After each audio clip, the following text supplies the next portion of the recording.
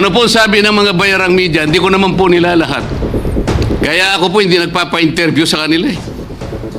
Alam ko po ang karakter ng ating media ngayon.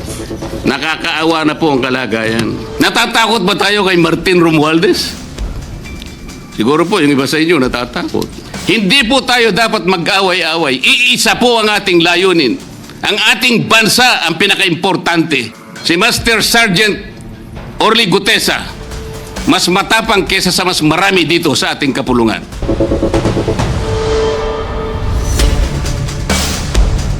Marami po ang salamat, Mr. President. Ako po ay tumatayo ngayon para sa isang usaping pampersonal at pangkalahatang pribilehyo. Ginoong Pangulo, ang gulo-gulo na po natin. Ito pong huling pagdinig sa Blue Ribbon Committee na kung saan ay lumabas po ang isang testigo na nagngangalang Master Sergeant Orly Gutesa. Ako po ay nabansagan na kulang po sa kortesiya. Para sa akin po ay hindi po tama na nagpapasaringan po tayo ng ganon. Iisa po ang ating layunin. Hindi po tayo magkakalaban sa layunin na matuntun po natin ang pinaka-problema kung bakit nasadlag po ang ating bansa sa ganitong kalagayan. Hindi ko naman po kasalanan ako po'y hanapin ni Sergeant Gutesa. Hindi ko po siya kilala eh. Hindi ko po kasalanan kung ako po ang hinanap niya at hindi iba. Nung pong makita ko po yung kanyang salaysay, ang sabi ko lamang po sa kanya ay, kung malakas ang loob mo talaga at naniniwala kang dapat mong gawin ito para sa iyong bansa, dalawa lang ang pwede mong gawin para sa akin. Ipanotaryo mo yan at kung malakas ang loob mo bukas ng umaga bago mag-alas 9, kailangan nandun ka na sa Senado. Alam po yung notaryo, para sa akin lang po yun eh. Gusto ko lamang siyang testingin kung talagang totoo nga ang kanyang mga gustong banggitin. Ang pinakamahalaga po ay haharap siya, tatayo, at susumpa sa kalagitnaan ng pagdinig. At doon ay pakikinggan natin. At doon ay sama-sama natin siyang i-interpolate. Tatanungin.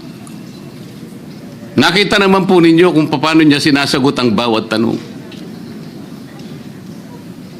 Walang pag-aalinlangan. Siya lamang po ang natatangi na testigo na kumonekta sa pangalan ni Saldico at Martin Romualdez. Wala nang iba. Ngayon po siya ay naharap sa napakaraming pasaring din. Bakit po ako ay walang kortesiya? Hindi po ba ako'y humingi ng panahon sapagkat hindi ko naman po alam kung talagang darating siya nung araw na yon, kaya hindi na po ako nagsabi. Gusto ko talagang paniwala ang darating siya.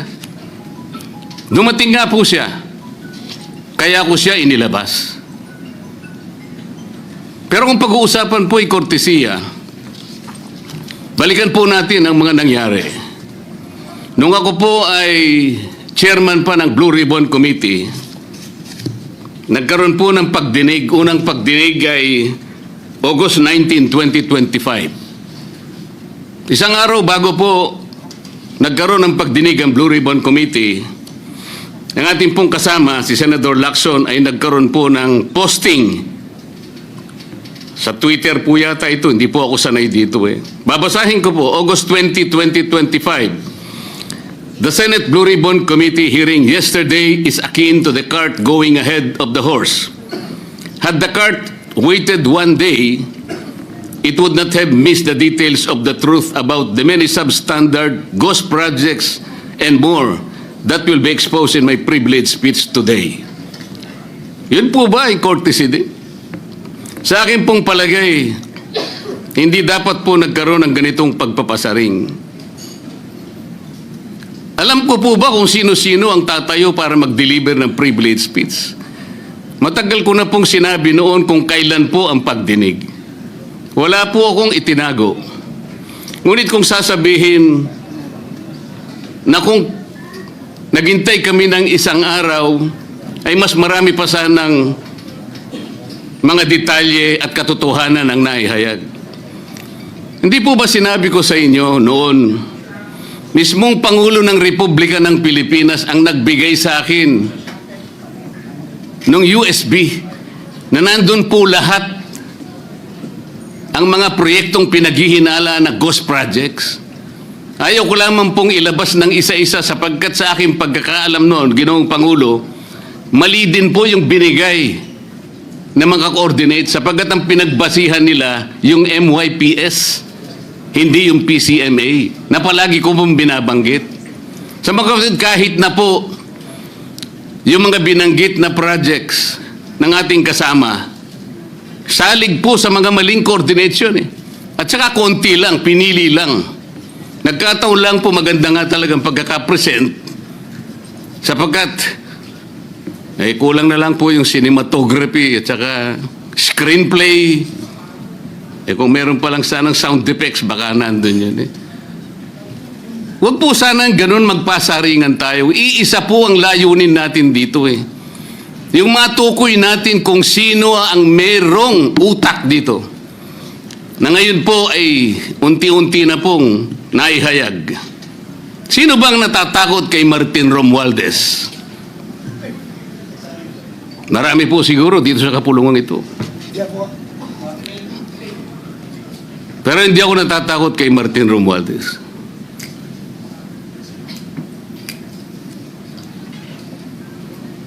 Ngayon po, kino-question po yung notarization ng statement ni Gutesa. Dahil yung babae po, yung abogadong babae, nag-notarize, tinalikuran po niya ang yung kanyang signature, yung kanyang pirma. Nandyan po ba yung assistant natin para ipakita po natin?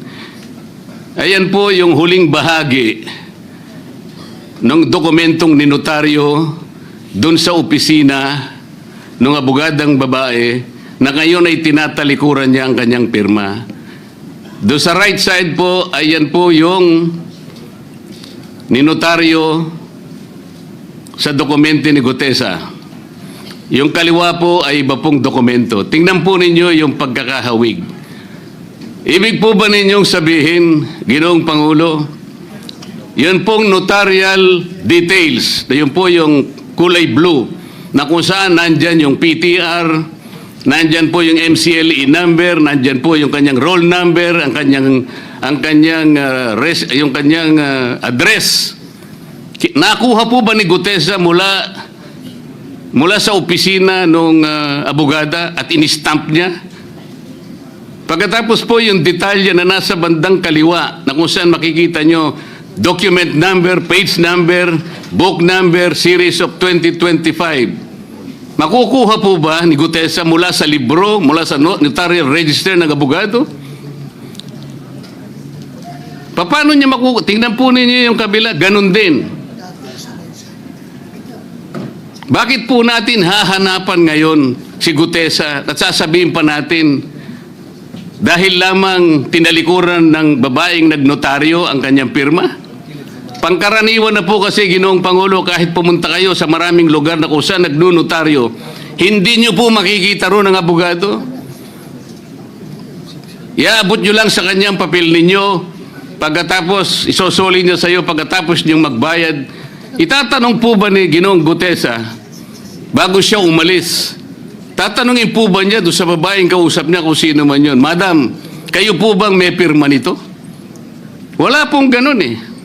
Ngayon, kung tatalikuran po ng abogado na yon ang kanyang pirma, ako na po mismo ang magdidirect ng prosecution sa kanya para ma-disbar siya sapagkat ginagamit po niya yung opisina na yon. Pakita po ba natin, pwede po nating ipakita yung opisina, yung kanya, ayan po yung kanyang lugar. Ang opisina po niya ay sa Ermita, ngunit yan po ay ginagamit niyang address. Kaya po makikita ninyo, Notary Public 24/7. Ibig niyo sabihin, nandyan at hindi na natutulog yung abogado na yan. Sigurado meron siyang tao dyan na pumipirma. At ginagaya na lamang nung kanyang staff o secretary yung pirma niya. Ganyan po palagi, kalakaran. Kalakaran, ngunit hindi tama. Sapagkat sa batas po ng notaryo, kailangan nakaharap po yung magnunotaryo sa nagpapanotaryo. Bakit po niya ngayon sinabi na hindi niya pirma yon? Maring hindi niya pirma, ngunit tinayaan niya kung sino man ang taong iyon na ipirma yung dokumento. Kagaya po ng nasabi ko, naging academic na po yung notaryo sapagkat ang tao ay tumayo sa ating kapulungan. Binasa niya yung kanyang statement. Yung mga bayarang media nga po, sinasabi pa kino-coach ko pa Bakit ko po siya sinabihan na dahan-dahan siya? Dahil po nung panahon na binabasa niya na yung kanyang statement, sinusundan po namin yung kanyang binabasa. Binigyan ko po ng kopya ang chairman ng Blue Ribbon Committee. Binigyan ko ng kopya ang ating Senate President at yung aking katabi si Senator Gatchalian dahil 4 lamang pong original ang meron kami. Yung binabasa pala niya ay Xerox copy kaya may naputol sa baba. Gusto ko lamang pong ma-record ng totohanan dahil doon sa umpisa po niya, merong isang linya po siyang nalaktawan. Alam po ito ng mga kasama natin na sinusundan po habang binabasa namin. Doon sa pangalawa po, 2 linya naman po ang nalaktawan niya. Kaya gusto ko lamang pong maging maayos ang pagre-record ng kanyang statement. Ano po sabi ng mga bayarang media? Hindi ko naman po nila lahat. Kaya ako po hindi nagpapa-interview sa kanila Alam ko po ang karakter ng ating media ngayon. Nakakaawa na po ang kalagayan. Binanggit na po ng dating Senate President ang nangyari doon sa statement ni Diskaya. Siya ang kauna-unahang nagbigay ng statement na kung saan binanggit ang 17 congressmen. Ngunit nakakapagtaka. Hindi na po natin tinutuntun yung 17 na yon. Kagaya na nga sinabi ng Senate President, napupunta na, natutuon na yung pagtuntun sa mga kasama natin dito. Bakit po? Natatakot ba tayo kay Martin Romualdez? Siguro po, yung iba sa inyo natatakot. Ginoong Pangulo, naghalo na po ang balat sa tinalupan. Bakit po? Ngayon ko lamang po nakita sa pagdinig ng Blue Ribbon Committee. Nandun po yung Justice Secretary. Hindi pa po natin natatapos na pagtatanungin yung respondent, yung resource person, na tayo po ang merong legal and physical custody. Hindi ko maintindihan kung bakit dadalhin niya sa kanyang opisina at pagbalik niya, meron na siyang supplemental affidavit. Ano po ba itong nangyayari sa atin? Meron na ba tayong alituntunin? Meron na ba tayong agreement sa pagitan ng DOJ at ang pag-imbestigang ginagawa natin sa Blue Ribbon Committee? Hindi ko na po maintindihan kung ang Blue Ribbon Committee is the investigative arm of the Department of Justice. Ang sabi ko po nung nasa ika-5 pagdinig pa lang tayo, sapagkat nakikita ko na po ito, kaya po naghangad pa ako sa ating chairman no na sana'y paraanin niya ako, meron lang akong gustong isang guni muna at pag-usapan sana muna. Hindi naman po ako nabigyan ng pagkakataon kaya nagkaroon pa po ng konting sagutan doon. Ito po yung gusto ko sanang ayusin muna, pag-usapan muna natin. Lalong-lalo na po ang kaugnayan natin sa bagong tatag na ICI, Independent Commission on Infrastructure. Ano po bang ugnayan natin dito? Hindi po ba tayo mag-uusap muna? Hindi ba tayo gagawa ng regulasyon muna? Meron po tayong mga doktrinang isinasaalang-alang. Nasaan na po ang institutional boundaries? Nasaan na po ang separation of powers? Nasaan na po ang system of checks and balances? Di ba natin isasaalang-alang ito? Dadalawang tao lamang po ba ang mamamagitan sa pagitan ng mga institusyon na ito at mawawala na po kami sa picture? Are we supposed to be kept in the dark, Mr. President? Yung po, kung mo ba sinabi ng ICI na isa sa kanilang mga poder, kapag ka nag-request po sila, makakakuha sila ng impormasyon sa House of Representatives, sa Senate, sa Korte, sa Sandigang Bayan, at kahit sinong otoridad. Ibig ba sabihin wala na tayong opsyon na tumanggi? Kailangan po natin pag-usapan muna yun. Ang nangyayari po sabog-sabog na po eh. Baka nga yun ang isang dahilan kung bakit nag-resign po yung advisor na si Mayor Magalong ng Baguio. Yung pong mga pasaring, ito po yung nakakapagbigay sa atin ng hindi naman kailangang pag-aaway-away o pag-aalitan. Hindi po maganda sa ating panig ito. Tingnan lamang po natin yung interview sa DCMM ng ating kasamahan, chairman ng Blue Ribbon Committee, na ang mga host ay si Victoria Tulad at si Christian Yosores noong September 28, 2025. Ang tanong po nila, ilang hearings pa ang nakikita ninyong gagawin ninyo? Ang sagot po ng ating kasama, Senator Lacson, yun ang hindi ko pa masabi. Dahil kung may bagong lumalabas na mga testigo at masustansya yung sasabihin, meron pang mga kakulangan na dapat na mapunuan, magtawag tayo ng pagdinig. Tama naman po yun. Pero ito pong pangalawang saknong, ang sabi po, pero kung paulit-ulit lang at masa-sidetrack o kaya palihis yung direksyon ng inquiry, yun ang i-assess namin kasi medyo lumihis na. Ano po yung lumihis? September 28, dito lumabas si Master Sergeant Orly Gutesa. Lumihis po ba o dumiretso? Mula kay Saldico, ikinonekta po niya kay Martin Romualdez. Sa akin palagay, dumiretso po, hindi tayo lumihis eh. Pagkatapos tinanong pa po, do you think po, coach po si Gutesa? At iba pong observation baka si Senator Rodante Marcoleta dahil parang sinabihan siya nung nagbabasa siya. O nalimutan mo, balikan mo itong paragraph na ito. Naipaliwanag ko na po kung bakit ko lamang siya sinansala at sinabi kong balikan mo sapagkat meron nga po siyang nalalaktawan base po sa sinusundan namin na binabasa niya na dokumento. Ang sagot po ni Senator Lacson, medyo natawa pa nga siya, kayo nang humusga sa lahat ng yan, ay tayo nag-viral na. Siguro, ang sasabihin ko na lang, yung hula nyo, yun ang hula ko. O hula ko, hula nyo. Parang, your guess is as good as mine. Hindi po maganda yung inference eh. Parang lumilitaw, kinots ko eh. Bilang isang abogado, magmula po nung ako'y maging abogado, inisip, hindi ko po ginawa yung mga bagay na ito. Kumisal nga ako eh. Hindi na abogado, sila pa yung nagsasabi eh. Katulad po ni Saldico.